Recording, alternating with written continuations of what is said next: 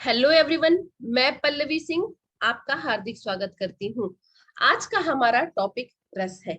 यदि आप किसी कॉम्पिटिटिव एग्जाम की तैयारी कर रहे हैं जिसमें कि हिंदी एक विषय होता है या एक प्रश्न पत्र के रूप में आता है, तो उसमें रस बहुत ही महत्वपूर्ण टॉपिक होता है। और यदि आप हाई स्कूल इंटरमीडिएट के छात्र हैं तभी भी रस एक बहुत महत्वपूर्ण टॉपिक आपके लिए हो सकता है।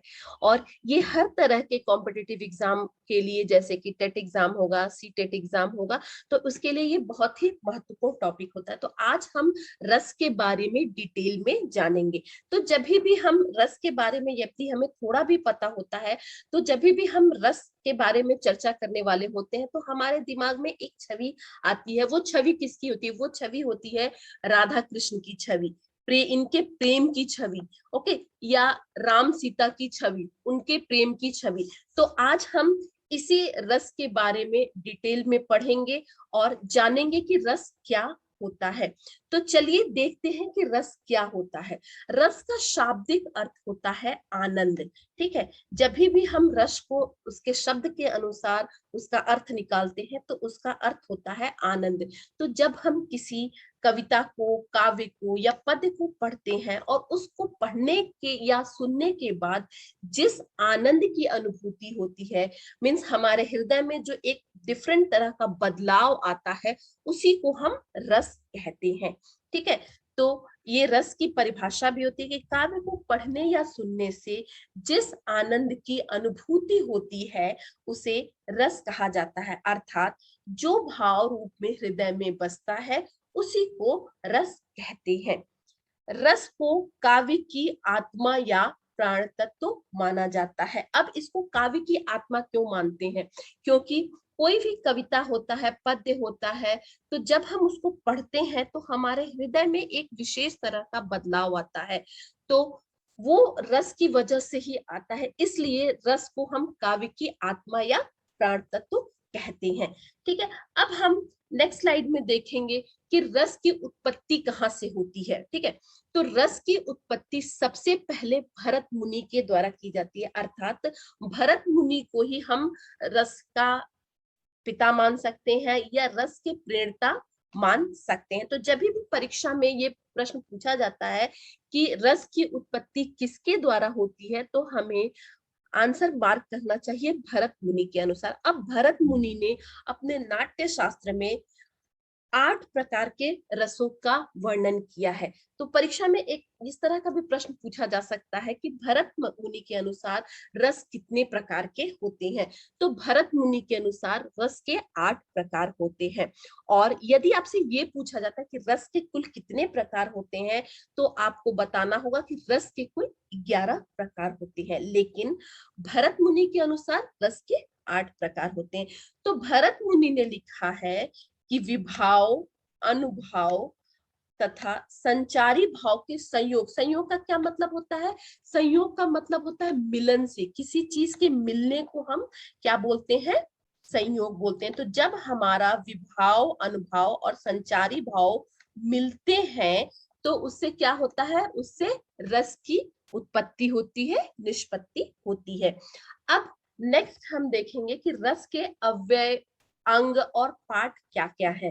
तो रस के अव्यय या अंग जो होते हैं वो 4 होते हैं। ये आपसे परीक्षा में पूछ लिया जाता है कि रस के अंग कितने हैं, तो हमेशा आपको रस के 4 अंग ही बताने होते हैं। जो रस के 11 बताए हैं वो उनके प्रकार होते हैं। ठीक है, लेकिन उनके अंग कितने हैं? 4 अंग ही होते हैं। कौन कौन से होते हैं वो? पहला तो स्थायी भाव होता है, दूसरा विभाव होता है, अनुभाव होता है और संचारी या व्यभिचारी भाव होता है। ये आपको याद करने वाली चीज है कि रस के कितने अव्यय या अंग होते हैं। तो रस के 4 अव्यय या अंग होते हैं, स्थायी भाव, विभाव, अनुभाव और संचारी भाव। अब आगे हम इनके बारे में डिटेल में जानेंगे। ठीक है, तो चलिए देखते हैं कि स्थायी भाव किसे कहते हैं। स्थायी भाव का मतलब होता है प्रधान भाव। ओके, प्रधान भाव वही हो सकता है जो रस की अवस्था तक पहुंचता है। साहित्य में वे मूल तत्व जो मूलतः मनुष्यों के मन में प्राय सदा निहित रहते हैं और कुछ विशिष्ट अवसरों पर ही अथवा कुछ विशिष्ट कारणों से ही स्पष्ट रूप में प्रकट होते हैं। अर्थात हम कह सकते हैं कि जो स्थायी भाव है वो उसका मतलब होता है प्रधान भाव, और ये प्रधान भाव मनुष्य के हृदय में, उसके मन में जन्म से लेकर मृत्यु तक हमेशा या सदा निहित रहते हैं। अर्थात ये उसके मन में दबे रूप में सदा निहित होते हैं और कुछ विशेष अवसरों या कुछ विशेष कारणों से ही स्पष्ट रूप में प्रकट दिखाई देते हैं। जैसे कि यदि हम किसी सुंदर नारी को देखते हैं तो हमारे मन में एक विशेष प्रकार का प्रेम का भाव उत्पन्न होता है, ठीक है।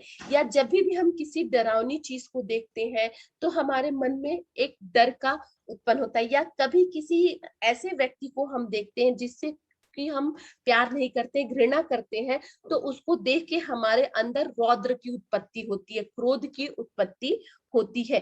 तो ये हमारे सब स्थायी भाव होते हैं, ये हमारे अंदर हमेशा से स्पष्ट और हमेशा सदा निहित रहने वाले होते हैं। यहाँ पे मैंने कुछ पॉइंट्स लिख रखे हैं, जैसे कि श्रृंगार रस में ही वात्सल्य और भक्ति रस की शामिल होते हैं। अर्थात जब हम रस के प्रकार के बारे में बताएंगे तब मैं वहां डिटेल में बताऊंगी कि जो श्रृंगार रस है उसमें ही वात्सल्य और भक्ति रस भी शामिल होता है। यहाँ पर जो स्थायी भाव है उनकी संख्या कितनी मानी गई है? 9 मानी गई है। अर्थात जब आपसे पूछा जाता है कि रस कितने प्रकार के होते हैं तो आप बताएंगे कि रस जो होते हैं वो भरत मुनि के अनुसार 8 प्रकार के होते हैं, लेकिन टोटल रसों की संख्या, कुल रसों की संख्या 11 होती है, ठीक है। तो यहाँ पे हम रस और उसके स्थायी भाव के बारे में पहले तो डिटेल में चर्चा करेंगे। सबसे पहले रस जो होता है हमारा श्रृंगार रस होता है और उसका स्थायी भाव क्या है? रति होता है। हास्य रस से उसका स्थायी भाव हास्य, हास्य मतलब हंसी। करुण मतलब क्या होता है? जब हम हमारे अंदर शोक की उत्पत्ति होती है किसी चीज को लेकर, तो वो हमारा क्या होता है? करुण रस होता है और उसका स्थायी भाव क्या होता है? शोक होता है।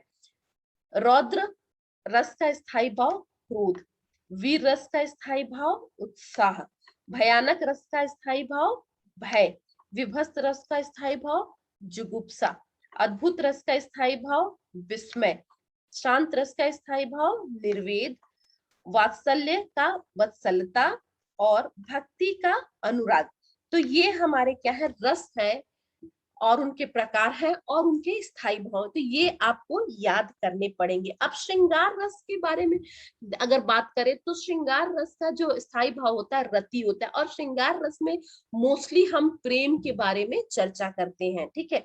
एक दूसरे के प्रेम के बारे में, जो हमारे अपोजिट होते हैं उनके प्रेम के बारे में चर्चा करते हैं। हास्य रस जो होते हैं, हास्य रस जो होते हैं उसमें हंसी के बारे में चर्चा करते हैं और उसका स्थायी भाव क्या होता है? हाश होता है। उसी तरह करुण, करुण रस का मतलब क्या होता है? जब हमें किसी चीज का शोक होता है, तब दुख होता है, तब हम उसके बारे में चर्चा करते हैं और उसका स्थायी भाव क्या होता है?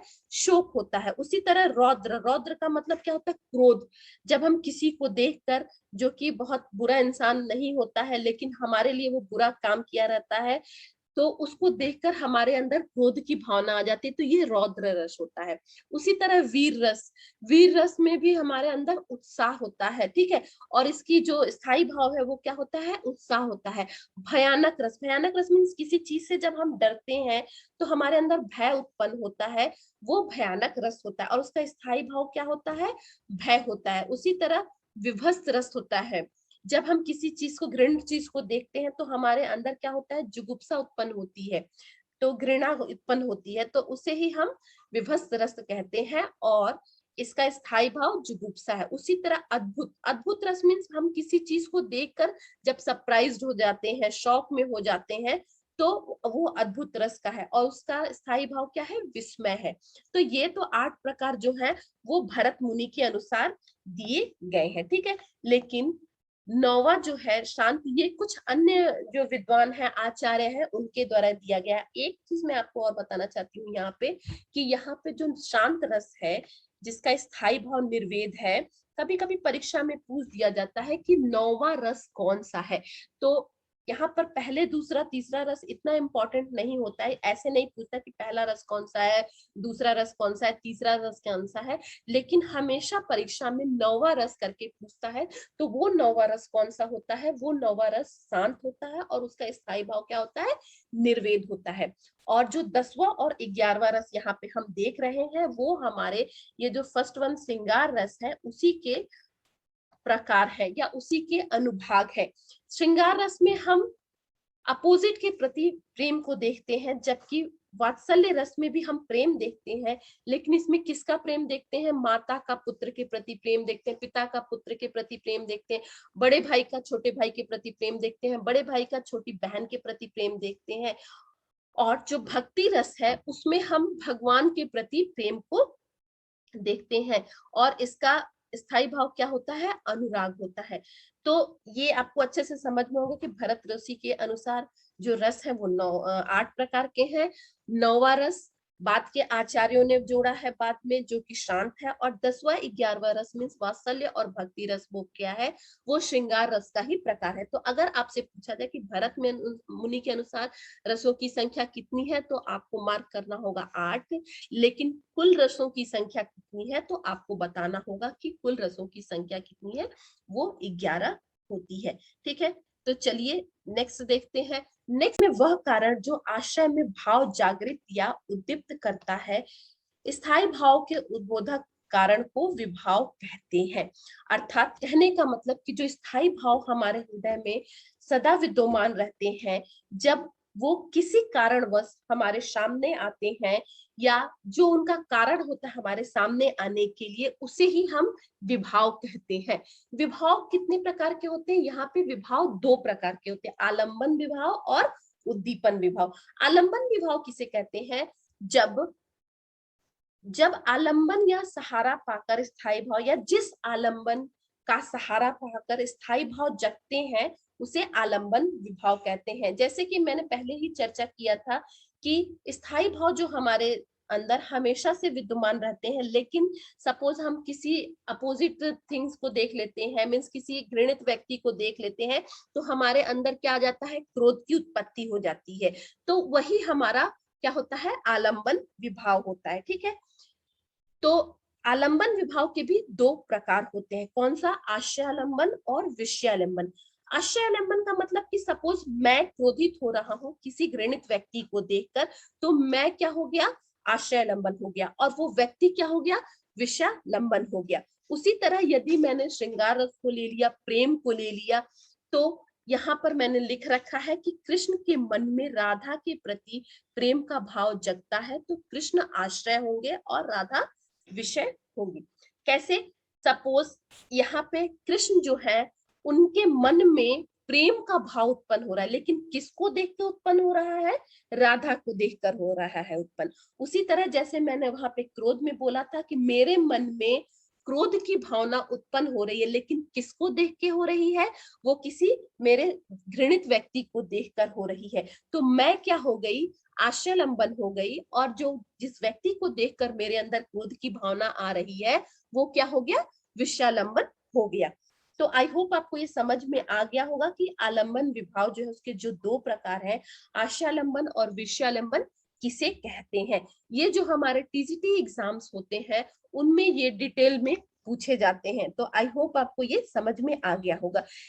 अब विभाव का जो दूसरा प्रकार है उद्दीपन विभाव, उसके बारे में चर्चा करते हैं। तो उसमें क्या होता है, उद्दीपन विभाव क्या होता है, जिन वस्तुओं या परिस्थितियों को देखकर स्थायी भाव उद्दीप्त होने लगता है उसे उद्दीपन विभाव कहते हैं। सपोज अगर हम श्रृंगार रस की बात करते हैं, सपोज अगर चांदनी रात है तो हमारा जो प्रिय है हम उसको याद करने लगते हैं, हमारा जो प्रेमी है हम उसको याद करने लगते हैं। उसी तरह अगर हम एकांत स्थल हमें मिलता है तो जो हमारा प्रेमी होता है और उसको हम याद करते हैं। तो जिन परिस्थितियों या वस्तुओं को देखकर हमारा स्थायी भाव उजागर होता है, उद्दीप्त होता है, सामने आता है, उसी को उद्दीपन विभाग कहते हैं।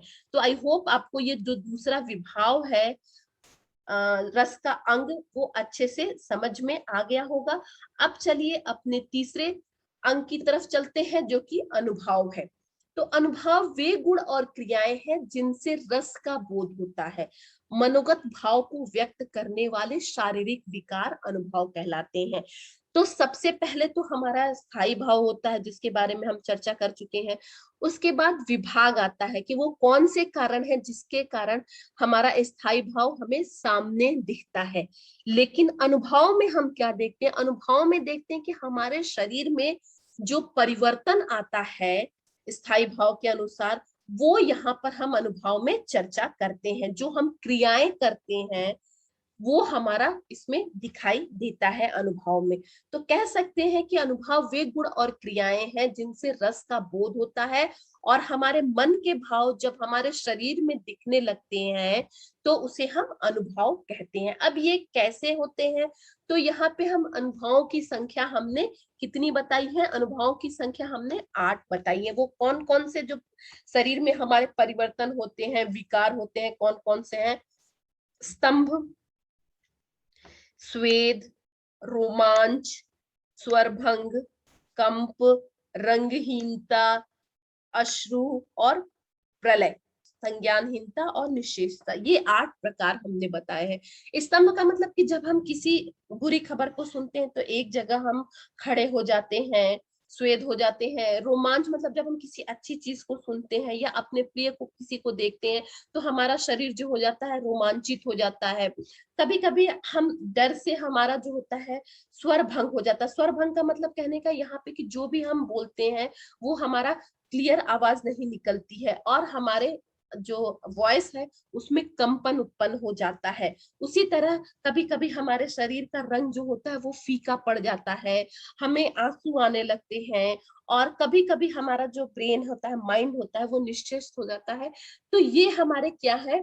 ये हमारे शरीर शारीरिक परिवर्तन होते हैं, शरीर विकार होते हैं। तो अनुभव किसे कहते हैं यदि आपसे पूछा जाए तो आप एक लाइन में यही बताएंगे कि जो हमारे मन के अंदर के भाव को व्यक्त करने वाले शारीरिक विकार होते हैं उन्हीं को हम अनुभव कहते हैं। और कभी कभी परीक्षा में पूछ लिया जाता है कि अनुभव की संख्या कितनी है, तो आपको लिखना है कि अनुभव की संख्या 8 होती है। और कभी कभी क्या होता है कि इन 8 अनुभवों में से कोई 3 देता है और पूछता है कि कौन सा नहीं है, या कोई एक देकर पूछता है कि इसमें कौन सा है। तो ये आपको याद करना पड़ेगा। अब चलिए नेक्स्ट चलते हैं संचारी या व्यभिचारी भाव की तरफ। तो संचारी या व्यभिचारी भाव जो है, रस का जो चौथा अंग है या चौथा अव्यय है, इसमें हम मन में संचरण करने वाले या आने जाने वाले भावों के बारे में जानते हैं। जैसे कि स्थायी भाव है तो वो सदा हमारे अंदर निहित होते हैं, लेकिन कभी कभी हम सारे स्थायी भाव को साथ में नहीं देखते हैं। कभी प्रेम को देखते हैं, कभी क्रोध को देखते हैं, कभी घृणा को देखते हैं। तो ये जो हमारे मन में आने जाने वाले भाव है, जो थोड़े समय के लिए, क्षणिक समय के लिए हमारे मन में रहते हैं, उन्हें ही हम संचारी भाव या व्यभिचारी भाव कहते हैं। और संचारी भाव का या संचारी का मतलब या संचार का मतलब हम जानते ही हैं कि आने जाने वाला, मन में संचरण करने वाला। ठीक है? तो ये जो हमारे भाव है, जो संचारी भाव है, ये पानी के बुलबुलों के समान उठते हैं और विलीन हो जाते हैं, अर्थात ये क्षणिक होते हैं। ठीक है? संचारी भाव की कुल संख्या कितनी बताई गई है? 33। कभी कभी परीक्षा में ये पूछ लिया जाता है कि संचारी भाव की कुल संख्या कितनी बताई गई है, तो आपको बताना होगा कि 33। अब ये कौन कौन से संचारी भाव है? तो हर्ष है, विषाद, भय, लज्जा, ग्लानि, चिंता, शंका, अमरस, मोह, गर्व, उत्सुकता, उग्रता, चपलता, दीनता, जड़ता, आवेग, निर्वेद, धृति, मति, वितक, श्रम, आलस्य, निद्रा, स्वप्न, स्मृति, मद, उन्माद, अवहृता, अपस्मार, व्याधि, मरण। ये सब हमारे क्या है? ये हमारे संचारी भाव की संख्या है जो कि 33 है। तो यदि कभी परीक्षा में आपसे ये पूछ लेता है कि संचारी भाव किसे कहते हैं, तो आपको यही बताना होगा। अगर रिटन एग्जाम होगा तो आपको लिखना होगा कि स्थायी भाव जो होते हैं वो हमारे अंदर हमेशा से, सदा से निहित रहते हैं, लेकिन कुछ ऐसे भाव होते हैं जो एक समय या विशिष्ट अवसर पर ही हमारे सामने उत्पन्न होते हैं, और ये भाव जो होते हैं वो हमेशा के लिए नहीं रहते हैं, आने जाने वाले, संचरण करने वाले ही रहते हैं, तो इन्हें हम संचारी भाव कहते हैं। या कभी कभी ऑब्जेक्टिव एग्जाम में पूछा जाता है कि संचारी भाव का क्या मतलब होता है, तो इसमें आपको टिक करना होगा कि मन में संचरण करने वाले या मन में आने जाने वाले भाव जो कि बहुत ही क्षणिक होते हैं, तो उन्हें हम संचारी भाव कहते हैं। तो आई होप आपको समझ में आ गया होगा कि संचारी भाव किसे कहते हैं, इनकी संख्या कुल कितनी होती है। अब यहाँ पर कुछ हम पॉइंट्स देखेंगे जो कि बहुत ही महत्वपूर्ण माने जाते हैं रस के लिए।